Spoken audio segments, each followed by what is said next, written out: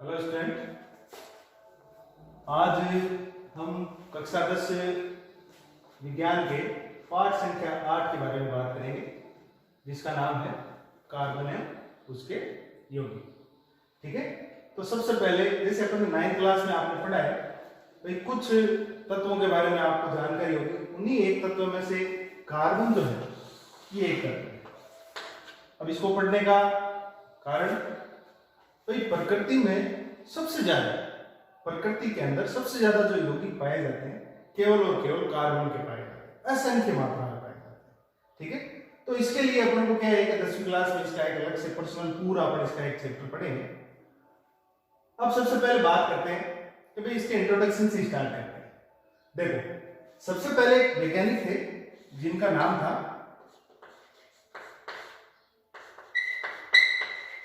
Berzelius. इन्होंने क्या कहा कि भाई कार्बन जो है केवल और केवल जीवधारियों से प्राप्त होता है। किससे प्राप्त होता है? जीवधारियों से ये प्राप्त होता है। इसके अलावा कार्बन किसी से नहीं मिलता है। ठीक है, लेकिन इसके बाद में कुछ साइंटिस्ट हुए जिनमें से एक का नाम है फ्रेडरिक होलकर। फ्रेडरिक होलकर ने क्या किया, इसको आप नाम याद रखना चाहें तो होलकर कह सकते हो आप इसको, या होलर कह सकते हो आप। कहीं कहीं होलर मिलता है, कहीं होलकर मिलता है। फ्रेडरिक होलकर ने 1928 के अंदर एक सिद्धांत आता था, जैव शक्ति सिद्धांत।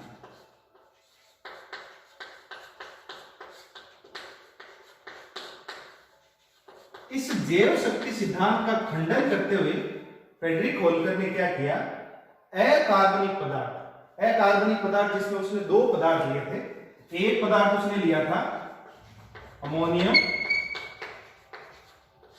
सल्फेट, और दूसरा पदार्थ उसने लिया था पोटेशियम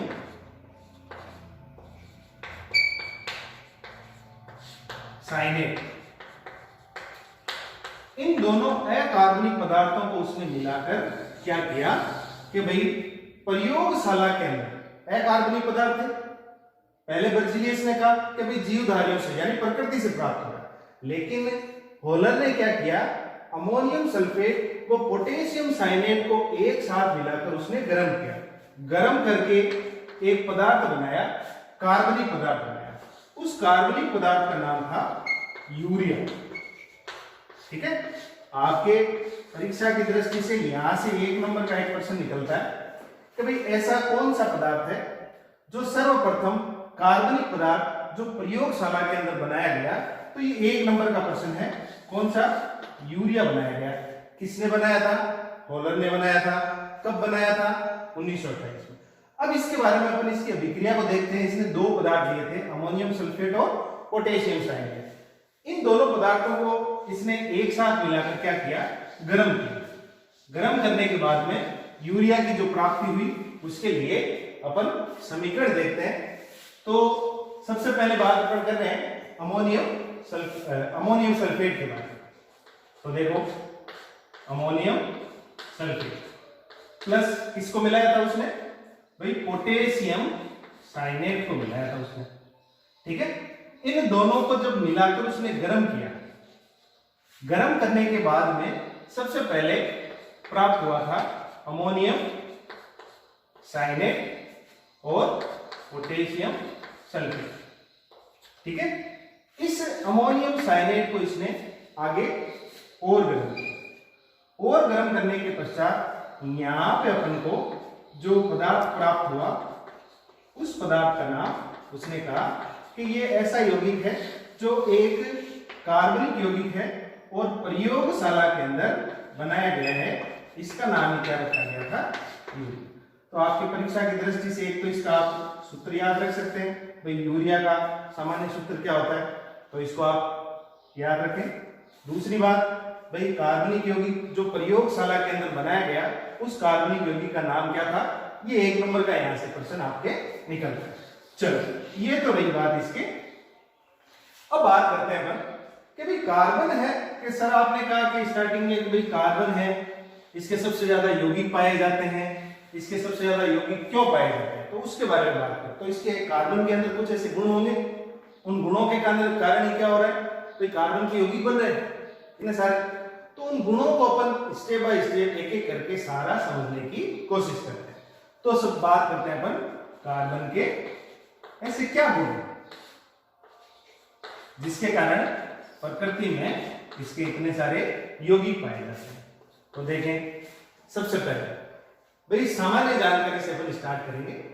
तो सबसे पहली बात है, तो कार्बन जो है, कार्बन आवर्त सारणी आपने देखी, ठीक है, उसके अंदर अपन कहेंगे कि भाई वर्ग संख्या, जो वर्ग संख्या है उसके 14वें वर्ग के अंदर ये आता है, ठीक है।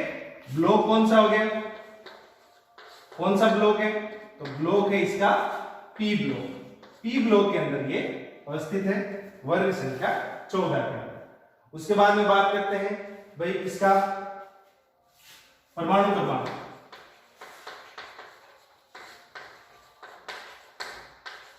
कितना है, 6, ठीक है। इसका प्रतीक चिन्ह देखें,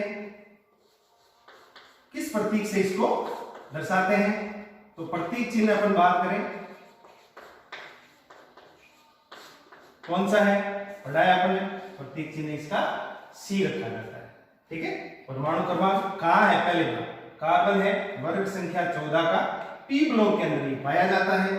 परमाणु क्रमांक कितना है, 6, यानी परमाणु क्रमांक से आप समझ गए होंगे, इसमें इलेक्ट्रॉन कितने, 6, प्रोटॉन कितने, 6, न्यूट्रॉन कितने, 6, यानी सभी की संख्या क्या होगी, 6 होगी। प्रतीक चिन्ह क्या है इसका, प्रतीक चिन्ह इसका सी रखा गया, ठीक है। इसके बाद में बात करते हैं, इसके प्रकृति में 2 समस्थानिक पाए जाते हैं। एक समस्थानिक कार्बन 12 कहलाता है और दूसरा समस्थानिक कार्बन 14। ये अल्प मात्रा में पाया जाता है, लेकिन प्रकृति में पाया जा रहा है, इसलिए अपन कहेंगे भाई ये पाया जाता है। जो ये है, ये मुख्य रूप से प्रकृति में चारों तरफ अवस्थित है। इसके बाद में अपन बात करेंगे, अपन ने एक चीज पढ़ी थी, इसका इलेक्ट्रॉनिक विन्यास। इलेक्ट्रॉनिक विन्यास ये क्या होता है, इसको 9th क्लास में अपन ने पढ़ा है। भाई इलेक्ट्रॉनिक विन्यास जो है, अपन कहते हैं कि भाई इसके अंदर जो इलेक्ट्रॉन 6 है, 6 इलेक्ट्रॉन ये इस प्रकार से अवस्थित होते हैं, अंदर वाले कक्ष में और फिर बाहर वाले कक्ष में। अब ये कक्ष क्या है, तो इसको समझते हैं, पढ़ा हुआ है, फिर भी एक बार देख लेते हैं। देखो अपन ने 9th क्लास में पढ़ा था परमाणु किस प्रकार का, इसके ये कक्ष है, ये दूसरा हो गया, तीसरा हो गया, इस प्रकार से, ठीक है। यहाँ पे प्रोटॉन और न्यूट्रॉन रहते हैं नाभिक के अंदर, ठीक है। उसके बाद में अपन ने कहा था पहला कक्ष है, कितने इलेक्ट्रॉन आते हैं, इसमें भाई 2 आते हैं, ये लो 2, तो 2 ये हो गए भाई, 2 और 4 अपन ने कहा इस प्रकार से व्यवस्थित है, ये 2 हो गए बद्धी। उसके बाद अगले जो कक्ष है उसमें हाईएस्ट इलेक्ट्रॉन कितने आ सकते हैं, तो अपन ने वहां पढ़ा था कि हाईएस्ट इसमें 8 आ सकते हैं। भाई कितने आ सकते हैं, 8 आ सकते हैं। अपने पास कितने, 4 है, तो 4 भर दो, 1 2 3 और 4। इस प्रकार से अपन कहेंगे कि भाई इसका इलेक्ट्रॉनिक विन्यास 2 और 4 है। और गहराई से अगर इलेक्ट्रॉनिक विन्यास अपन देखना चाहें तो इसका इलेक्ट्रॉनिक विन्यास होता है 1s2 2s2 2p।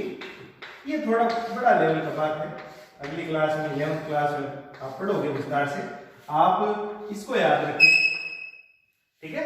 तो अब यहां देखते हैं भाई परमाणु के अंदर 2 इलेक्ट्रॉन कहाँ है, अंदर वाले में 2 ही आ सकते हैं, इसमें ज्यादा आएंगे नहीं। बाहर वाला जो कक्ष है उसमें हाईएस्ट कितने आ सकते हैं, भाई 8 आ सकते हैं। अपन ने कितने डाल दिए, 4, क्योंकि इसमें 4 ही है, ठीक है। और अगर डालना चाहे तो अगर बढ़ेंगे तो डाल सकते हैं, लेकिन जब कब होगा, जब ये सहसंयोजक बंद बनाएगा, इलेक्ट्रॉन के आदान प्रदान करके, जब इलेक्ट्रॉन आदान प्रदान द्वारा साझेदारी करेगा तो ये बन सकता है, ठीक है। तो यहां तक आपने देख लिया। चलो अब अपन बात करते हैं जो कार्बन होता है अगली, कि भाई कार्बन की संयोजकता अब यहीं से संबंधित है। संयोजकता देखो कितनी होती है, 4 होती है। अब कैसे हुई, तो संयोजकता के बारे में अपन ने 9th क्लास में पूरा विस्तार से एक संयोजकता का पूरा एक टॉपिक है। संयोजकता क्या होती है बात कर लेते हैं पहले। देखो जब परमाणु आपस में जुड़ते हैं, कितने इलेक्ट्रॉन वो ले रहा है या कितने इलेक्ट्रॉन वो दे रहा है, उसके आधार पर अपन कहेंगे वो उसकी संयोजकता अपन डिसाइड करते हैं। तो देखिए यहाँ पे वापस आ जाते हैं। अपन ने कहा कि कार्बन का जो इलेक्ट्रॉनिक विन्यास है उसके अनुसार अपन ने इसके परमाणु के अंदर इलेक्ट्रॉन डाल दिए। अब आपने 9th क्लास के अंदर एक नियम आता है अष्टक नियम। अष्टक नियम कहता है कि भाई प्रत्येक परमाणु अपने सबसे बाहरी कक्ष के अंदर 8 इलेक्ट्रॉन रखने की कोशिश करता है। कितने इलेक्ट्रॉन रखता है? 8 इलेक्ट्रॉन करने की कोशिश बाहरी कक्ष में। अंदर वाले की बात नहीं कर रहे, बाहर वाले कक्ष के अंदर वो 8 करने की कोशिश करता है हर परमाणु। तो अब यहां अपन देखते हैं भाई कार्बन के पास तो बाहर वाले इलेक्ट्रॉन में कितने हैं? 4 ही हैं। यानी अब इसको बाहर वाले में 8 करने के लिए कितने और चाहिए? 4 चाहिए। या तो ये 4 दे या ये 4 ले। देखो किसी भी कक्ष में से एक साथ 4 इलेक्ट्रॉन हटाना मुश्किल हो सकता है, लेकिन 4 इलेक्ट्रॉन लेना आसान है, ठीक है।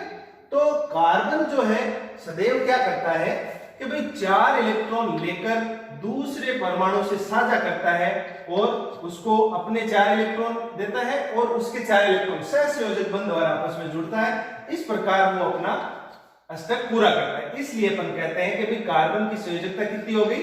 4। तो कार्बन की संयोजकता आप याद रखना कितनी होती है? 4 होती है।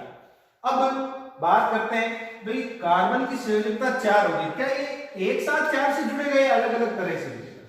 तो उसके बारे में अपन बात करते हैं भाई ये कितने प्रकार से जुड़ सकता है। देखो अलग अलग प्रकार से ये जुड़ सकता है। अब 4 संयोजकता है। अगर अपन बात करें भाई कार्बन तो एक ही है, 4 इलेक्ट्रॉन का ये साझा करता है, 4 इलेक्ट्रॉन का। अगर साझा करने वाला दूसरा जो परमाणु है उसकी संयोजकता केवल एक हो या अपन कहें एकल संयोजी हो, कैसा हो? एकल संयोजी अगर है तो किस प्रकार से जुड़ेगा? तो एकल संयोजी है तो वो किस प्रकार जुड़ेगा तो देख लेते हैं। अपन एकल संयोजी सबसे सरल परमाणु लेते हैं हाइड्रोजन। ये हाइड्रोजन है, ये भी हाइड्रोजन है, ये भी हाइड्रोजन, ये भी हाइड्रोजन। देखो कितने चाहिए इसको? 4 चाहिए। तो ये हाइड्रोजन का एक, ये इस हाइड्रोजन का एक, ये इस हाइड्रोजन का एक और ये इसका एक, यानी 1 2 3 और 4।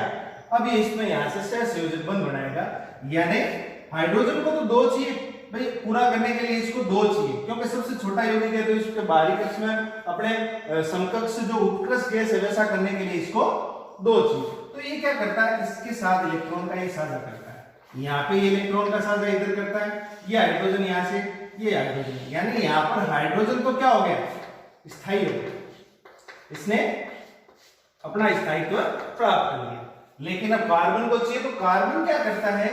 इसके जो एक एक हैं ये सारे लेता है, इन सभी के। देखो कार्बन के पास टोटल कितने थे कि भाई 6 थे, अंदर वाले 2 और बाहर वाले 4।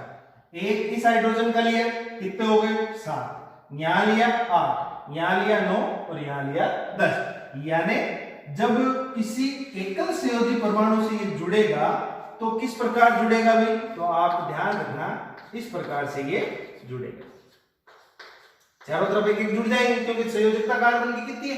कार्बन की संयोजकता 4 है तो चारों तरफ एक एक जुड़ गए, एकल संयोजी, ठीक है। अगर अपन बात करें कि भाई इसके एक तरफ तो कोई द्विसंयोजी जुड़ जाए और दोनों तरफ एकल संयोजी, इस प्रकार से भी हो सकता है भाई एक को तो ये दे दे 2 और एक को दोनों तरफ है एक एक दे दे। जैसे अपन बात करें भाई कार्बन है, एक को तो इसने 2 दे दिए, एक को इसने एक एक दे दिया, एक एक अपन ने देख लिया। हाइड्रोजन होता है द्विसंयोजी। अगर अपन देखें तो सबसे सरल अगर देखें, आपने 9th क्लास में पढ़ा है द्विसंयोजी होता है दूसरा परमाणु पढ़ गए ऑक्सीजन। तो यहाँ ये ऑक्सीजन से जुड़ गया, यहाँ एक इलेक्ट्रॉन किसका आएगा? ऑक्सीजन का, यहाँ एक ऑक्सीजन का, यहाँ कार्बन का, यहाँ बाकी ये सिस्टम सारा ऐसे कैसे रहेगा, ठीक है। इस प्रकार से ये अगर द्विसंयोजी से जुड़ेगा तो ये है द्विसंयोजी। एकल संयोजी देगा, ये द्विसंयोजी से जुड़ेगा तो इस प्रकार जुड़ेगा। या फिर अपन कहते हैं अगर कार्बन क्या हो दोनों तरफ से द्विसंयोजी से जुड़े तो भाई दोनों तरफ द्विसंयोजी, कार्बन एकल रह गया, ये डबल और ये डबल, तो द्विसंयोजी यहाँ पे भी ऑक्सीजन आ जाएगा, यहाँ पे भी ऑक्सीजन आ जाएगा। तो इस प्रकार अपन कह सकते हैं कि भाई कार्बन द्विसंयोजी से जुड़ेगा तो 2 स्थितियों में जुड़ेगा। या तो एक द्विसंयोजी से जुड़ जाए और दोनों तरफ एकल से जुड़ जाए, या दोनों तरफ क्या हो, द्विसंयोजी से ये जुड़ जाए। तीसरी स्थिति, अगर अपन कहें कि भाई कार्बन जो है किसी त्रिसंयोजी से जुड़े,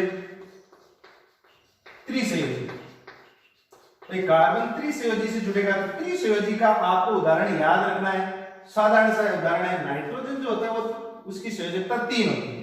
अब देखो इसकी संयोजकताएं 4 है, उन 4 संयोजकताओं को पूरा करना है। कार्बन इधर अपन ने क्या किया, 3 संयोजकताएं रख दी, इधर कर दी 1 संयोजकता। इधर तो आप साधारण सा हाइड्रोजन लिख दो, 3 संयोजकता आप किसकी है, नाइट्रोजन की, यहां कर दो नाइट्रोजन।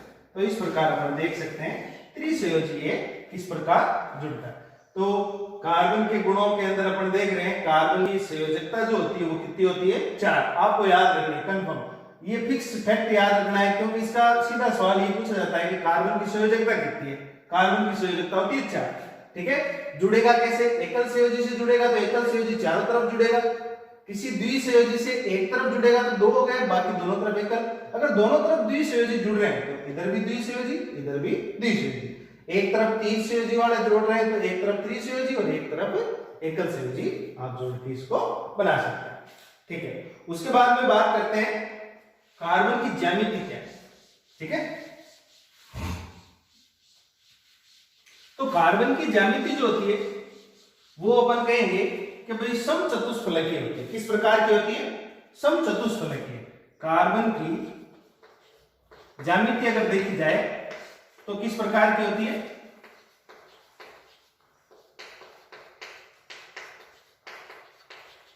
समचतुष्फलकीय। अब ये क्या है, समचतुष्फलकीय, भाई शब्द आया समचतुष्फलकीय, आप क्या समझते हैं, तो देखिए इसको समझते हैं। समचतुष्फलकीय कहा जाता है कि भाई बीच में अगर अपन कार्बन रखें, ठीक है, संयोजकता कितनी, 4 है, ये लो 4 संयोजकता, ठीक है, ये चौथी संयोजकता। जब अपन कहें समचतुष्फलकीय स्थिति बनती है तो आप कहोगे अगर इसके सभी हाइड्रोजन को अपन मिलाएं, चतुष्फलक को चारों तरफ से मिलाएं, तो ये जो 3D संरचना बनी है इसको समचतुष्फलकीय कहते हैं। अब समचतुष्फलकीय में होता क्या है कि इसमें सारे फलक है ना वो होंगे किस प्रकार के, त्रिभुजाकार। किस प्रकार के होंगे, त्रिभुजाकार इसके सारे फलक होंगे। अगर आप एक किसी फलक को आधार मानकर आप इसको देखेंगे तो आपको चारों तरफ आपको त्रिभुजाकार फलक दिखाई दे, वो स्थिति कहलाती है समचतुष्फलकीय, ठीक है। अब बात करते हैं, यहां पर ने कहा हाइड्रोजन जोड़ दें, इधर भी हाइड्रोजन है, यहां पे भी हाइड्रोजन है, यहां पे भी हाइड्रोजन। इस समचतुष्फलक संरचना आपको अगर समझ में आ गई कि भाई समचतुष्फलक क्या होती है, कि एक फलक को अगर आधार माने तो भाई सारे अपन देखेंगे चारों तरफ से देखने पर अपन को चारों तरफ क्या दिखाई देगा, त्रिभुजाकार संरचना अपन को दिखाई देगी। अब समचतुष्फलक के पश्चात अपन बात करें, इसके समचतुष्फलक के अंदर कार्बन व हाइड्रोजन के मध्य जो बंध है उस बंध कोण का मान, जो बंध कोण है उस बंध कोण का मान 109 डिग्री 28 मिनट होता है। इस बंध कोण का मान, ये प्रश्न यहां से सीधा सीधा क्वेश्चन 1 नंबर का पूछा जाता है कि भाई कार्बन का जो चतुष्फलक है उसके अंदर बंध कोण का मान कितना होता है। तो बंध कोण का मान आपको याद रखना है 109 डिग्री 28 मिनट, फिक्स है। यानी कहने का मतलब ये कार्बन है, ये जो कोण है ये कोण जो है 109 डिग्री 28 मिनट का, ठीक है। अब कह सर ये बंध कोण क्या होता है, तो भाई कार्बन के जो 2 हाइड्रोजन आपस में जुड़े हुए हैं दोनों तरफ, उन दोनों के मध्य के कोण है वही बंध कोण है। आप गणित में पढ़ते हो भाई कोण बीच में क्या है, भाई केंद्र में कोण है, फिर ऊपर वाली भुजा नीचे वाली भुजा, उन दोनों भुजाओं के मध्य कोण को कोण कह दिया आपने। इसी प्रकार इसमें बंध कोण, बंध का मतलब एक बंध ये एक बंध ये, इन दोनों बंधों के बीच में ना कोण कितना है, तो ये कोण होता है 109 डिग्री 28 मिनट, ठीक है। उसके पश्चात बात करें एक और इंपॉर्टेंट थी, ठीक है, इसका भी क्वेश्चन पूछा जाता है। एक कार्बन के अंदर एक गुण पाया जाता है, विशेष गुण, सबसे इंपॉर्टेंट अगर देखा जाए तो भाई इस गुण को अपन कहते हैं श्रृंखलन। ये प्रश्न भी पूछा जाता है, श्रृंखलन से आप क्या समझते हैं, ठीक है। श्रृंखलन क्या होता है, तो देखिए कार्बन क्या करता है, निकटवर्ती कार्बन से जुड़कर तो एक लंबी चेन बनाता है। जैसे बात करेंगे कार्बन है, इससे कार्बन और जुड़ गया, और कार्बन जुड़ गया, और जुड़ गया, और जुड़ गया, और जुड़ गया, यानी इस प्रकार से जुड़कर एक लंबी श्रृंखला बनाता है। ठीक है, तो इसको श्रृंखला कहते हैं। तो इसका अपन बात करें कि भाई कार्बन के अंदर एक विशेष गुण पाया जाता है जिससे वो निकटवर्ती कार्बन से जुड़कर एक लंबी श्रृंखला बनाता है। कार्बन का ये गुण श्रृंखलन कहलाता है या श्रृंखलन का गुण कहलाता है। ठीक है, ये लंबी श्रृंखला है, यानी अब कार्बन कार्बन आपस में बहुत सारे जुड़ जाते हैं, कहीं पर भी जुड़ सकते हैं। तो यहां जुड़ गया कार्बन, इधर जुड़ गया कार्बन, कहीं पर भी जुड़ सकते हैं। तो क्या होगा कि भाई इसके लंबी श्रृंखला बनेगी तो आसानी से जुड़ता है, तो यौगिकों की संख्या भी क्या होगी, बहुत सारी होगी। तो इसी कारण इसके यौगिकों की संख्या क्या होती है, बहुत ज्यादा होती है। ठीक है, अब अगला श्रृंखलन के बाद में अगला को देखते हैं। कार्बन जो है, आपने अभी भाई अपन ने देखा कि कार्बन कार्बन से जुड़ता है, लंबी श्रृंखला बनाता है। अब ये जो जुड़ने की प्रक्रिया ये तीन तरह से होती है, तीन प्रकार से होती है। जुड़ने की जो प्रक्रिया है तीन तरह से होती है। कार्बन, अपन ने कहा कार्बन की संयोजकता कितनी भाई, कार्बन की संयोजकता 4, पास वाला कार्बन उसकी भी संयोजकता 4, यानी अगर कार्बन कार्बन से जुड़ेगा तो एक तो स्थिति होती है एक बंध द्वारा जुड़ जाएगा, इसको एकल बंध कहते हैं। तो अपन कहेंगे एकल बंध द्वारा वो इससे जुड़ सकता है। ठीक है, दूसरी स्थिति, अगर अपन कहें कार्बन की संयोजकता 4 होती है, पास में दोनों है ना वो एकल संयोजी है, तो ये लो भाई एकल संयोजी अपन ने लगा दिए। भाई यहां पे कार्बन कार्बन के बीच में को कितने बंध है, द्विबंध, तो यानी स्थिति दूसरी हो गई कि भाई कार्बन जो कार्बन है उससे द्विबंध से भी जुड़ सकता है। ठीक है, तीसरी स्थिति की बात करते हैं। तीसरी स्थिति, कार्बन कार्बन के मध्य 3 बंध भी उपस्थित हो सकते हैं। ठीक है ना, इनका अपन विस्तार से इनको क्या क्या नाम दिया जाता है, क्या नाम से इनको जानते हैं, आगे की प्रक्रिया इसमें जो नाम पद्धति है उनमें अपन विस्तार से पढ़ेंगे। तो ये स्थिति कहलाती है त्रिबंध से ये जुड़ गया, यानी अपन ने कहा श्रृंखलन का गुण, कार्बन लंबी श्रृंखला में जुड़ सकता है कि लंबी श्रृंखला बना सकता है। अब किस प्रकार से जुड़ेगा, 3 प्रकार से जुड़ेगा। एक बंध होगा तो अपन कहें एकल बंध से जुड़ा है, सभी कार्बन के मध्य एकल बंध होगा। अगर अपन कहें कभी कार्बन कार्बन के मध्य द्विबंध है तो द्विबंध से जुड़ सकता है, त्रिबंध है तो अपन कहेंगे 3 बंध से भी आपस में कार्बन इससे जुड़ सकता है। अब बात करते हैं कि सर यहां क्या लिखा था, तो यहां ज्यादातर है ना, ज्यादातर स्थितियों में जो रिक्त स्थान रहा है उसमें ज्यादातर स्थिति में अपन हाइड्रोजन को ही जोड़ते हैं। अब क्यों जोड़ते हैं, तो इसके ऊपर भी प्रश्न बनता है। ठीक है, भाई हाइड्रोजन ही क्यों जोड़ा, अन्य भी जोड़ सकते हैं। तो अपन बार बार जब लिख रहे थे हाइड्रोजन हाइड्रोजन बात कर रहे हैं, हाइड्रोजन ही क्यों जोड़ रहे, तो ध्यान रखना हाइड्रोजन जो है, आपने एक नाम सुना होगा विद्युत ऋणता, विद्युत ऋणता। ध्यान रखें, कार्बन व हाइड्रोजन के ना विद्युत ऋणता जो होती है लगभग समान होती है। इस कारण ज्यादातर स्थितियों में कार्बन व हाइड्रोजन आपस में जुड़ते हैं और यौगिक बनाते हैं। भाई कार्बन की जो संयोजकता रिक्त रह गई, एकल संयोजी जोड़ने से ज्यादा हाइड्रोजन जुड़ रहा है। क्यों जुड़ रहा है, कि भाई विद्युत ऋणता जो है कार्बन व हाइड्रोजन की लगभग क्या होती है, समान होती है। इस कारण अपन कहते हैं कि ज्यादातर यौगिकों के अंदर कार्बन व हाइड्रोजन, इसके बारे में थोड़ा सा अपन इसके कुछ यौगिक देखेंगे, 2 यौगिकों के बारे में बात करेंगे, विद्युत ऋणता क्यों हाइड्रोजन इससे जुड़ रहा है। तो देखो इसकी अब अपन बात करें तो एक संरचना अपन ने पहले बढ़ाई थी मीथेन, ये नामकरण है, आगे आ जाएंगे। अभी आप केवल ध्यान रखें भाई मीथेन, मीथेन को अपन लिखते हैं CH4 से। ठीक है, उसके बाद में लिखते हैं अपन एथेन। तो पहले मीथेन की अपन संरचना देखते हैं। देखो मीथेन की संरचना में कार्बन की संयोजकता कितनी है, 4 है, ये लो 4 संयोजकता अपन ने कार्बन की बना। अब इसके चारों तरफ एकल संयोजी जोड़ते हैं। ठीक है, ये एकल संयोजी, ये हाइड्रोजन का एक इलेक्ट्रॉन, ये हाइड्रोजन का इधर वाले का इलेक्ट्रॉन और यहाँ हाइड्रोजन का ये। अब देखो यहाँ हाइड्रोजन इससे साझा करेगा, यहाँ हाइड्रोजन इससे साझा करेगा, यहाँ हाइड्रोजन साझा और ये हो। ठीक है, अब कार्बन को 4 इलेक्ट्रॉन चाहिए तो ये चारों इसने ले लिए। इस प्रकार ये सहसंयोजक बंध द्वारा आपस में जुड़ जाते हैं। ठीक है, ये संरचना मेथेन की है, इस प्रकार से भी इसको लिख सकते हैं। और इसका सूत्र जो होता है ये जो संरचना है इसका परीक्षा में पूछा जाता है। ये पूछा जाता है कि भाई मेथेन की इलेक्ट्रॉन बिंदु संरचना, ध्यान रखें भाई, मेथेन की इलेक्ट्रॉन बिंदु संरचना बनाइए। ये 1 नंबर का प्रश्न पूछा जाता है, मेथेन की इलेक्ट्रॉन बिंदु संरचना आप बना के दिखानी है, तो आप मेथेन की इलेक्ट्रॉन बिंदु संरचना बन जाए। ठीक है, आज अपन ने कार्बन के गुणों के बारे में पढ़ा।